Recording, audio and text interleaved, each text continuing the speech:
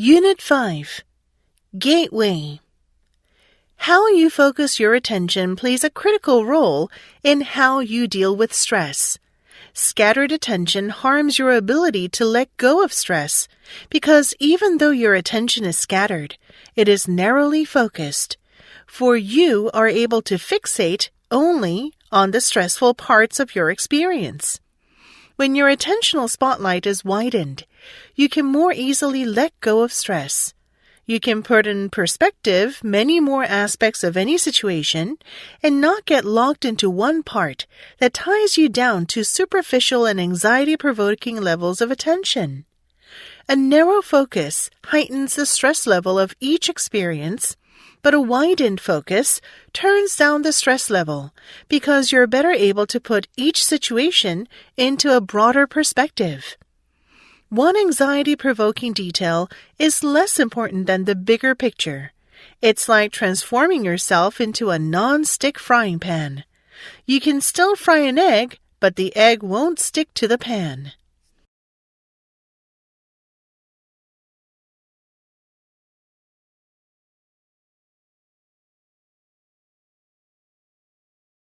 Exercises. Number 1. There are no black and white issues in life, no categorical answers. Everything is a subject for endless debate and compromise. This is one of the core principles of our current society. Because that core principle is wrong, the society ends up causing a lot of problems when it comes to sustainability. There are some issues that are black and white. They are indeed planetary and societal boundaries that must not be crossed. For instance, we think our societies can be a little bit more or a little bit less sustainable. But in the long run, you cannot be a little bit sustainable.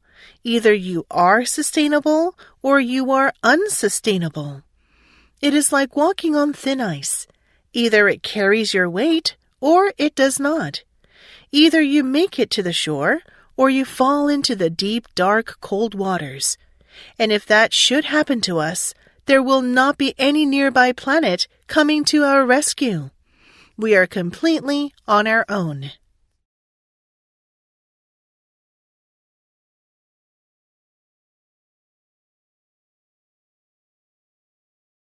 Number 2.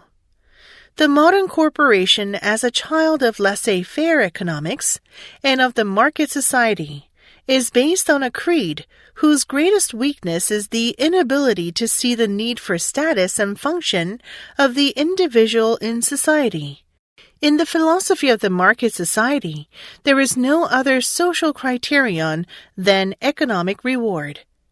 Henry Maine's famous epigram that the course of modern history has been from status to contract neatly summarizes the belief of the 19th century, that social status and function should be exclusively the result of economic advancement. This emphasis was the result of a rebellion against the concept of society, which defined human position exclusively in terms of politically determined status, and which thus denied equality of opportunity. But the rebellion went too far. In order to establish justice, it denied meaning and fulfillment to those who cannot advance, that is, to the majority, instead of realizing that the good society must give both justice and status.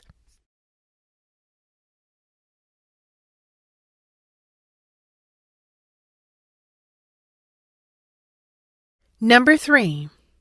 The notion of a circular economy, in which materials circulate continuously, being used and reused time and time again, is an appealing vision.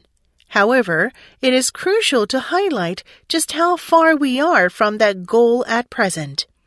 Although most textiles are entirely recyclable, 73% of waste clothing was incinerated or went to landfills globally in 2015. Just 12% was recycled into low-value textile applications such as mattress stuffing, and less than 1% was recycled back into clothing. Some would question how realistic the idea of closing the loop can be.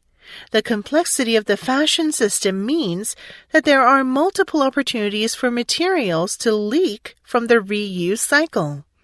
Furthermore, it must be noted that fiber recycling is not without its own environmental footprint. Even the reuse of secondhand clothing has implications in terms of resource use and waste, particularly if items are transported over long distances, dry cleaned, and repackaged.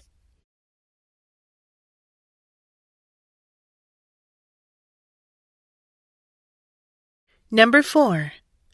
When anticipating the effects of time, we should mentally forecast what they are likely to be. We should not practically stop them from happening by demanding the immediate performance of promises which time alone can fulfill. The man who makes his demand will find out that there is no worse or stricter usurer than time, and that, if you compel time to give money in advance, you will have to pay a rate of interest much higher than any usurer would require. It is possible, for instance, to make a tree burst forth into leaf, blossom, or even bear fruit within a few days by the application of unslaked lime and artificial heat. But after that, the tree will wither away. So a young man may abuse his strength. It may be only for a few weeks, but trying to do at 19 what he could easily manage at 30, and time may give him the loan for which he asks. But the interest he will have to pay comes out of the strength of his later years. Indeed, it is part of his very life itself.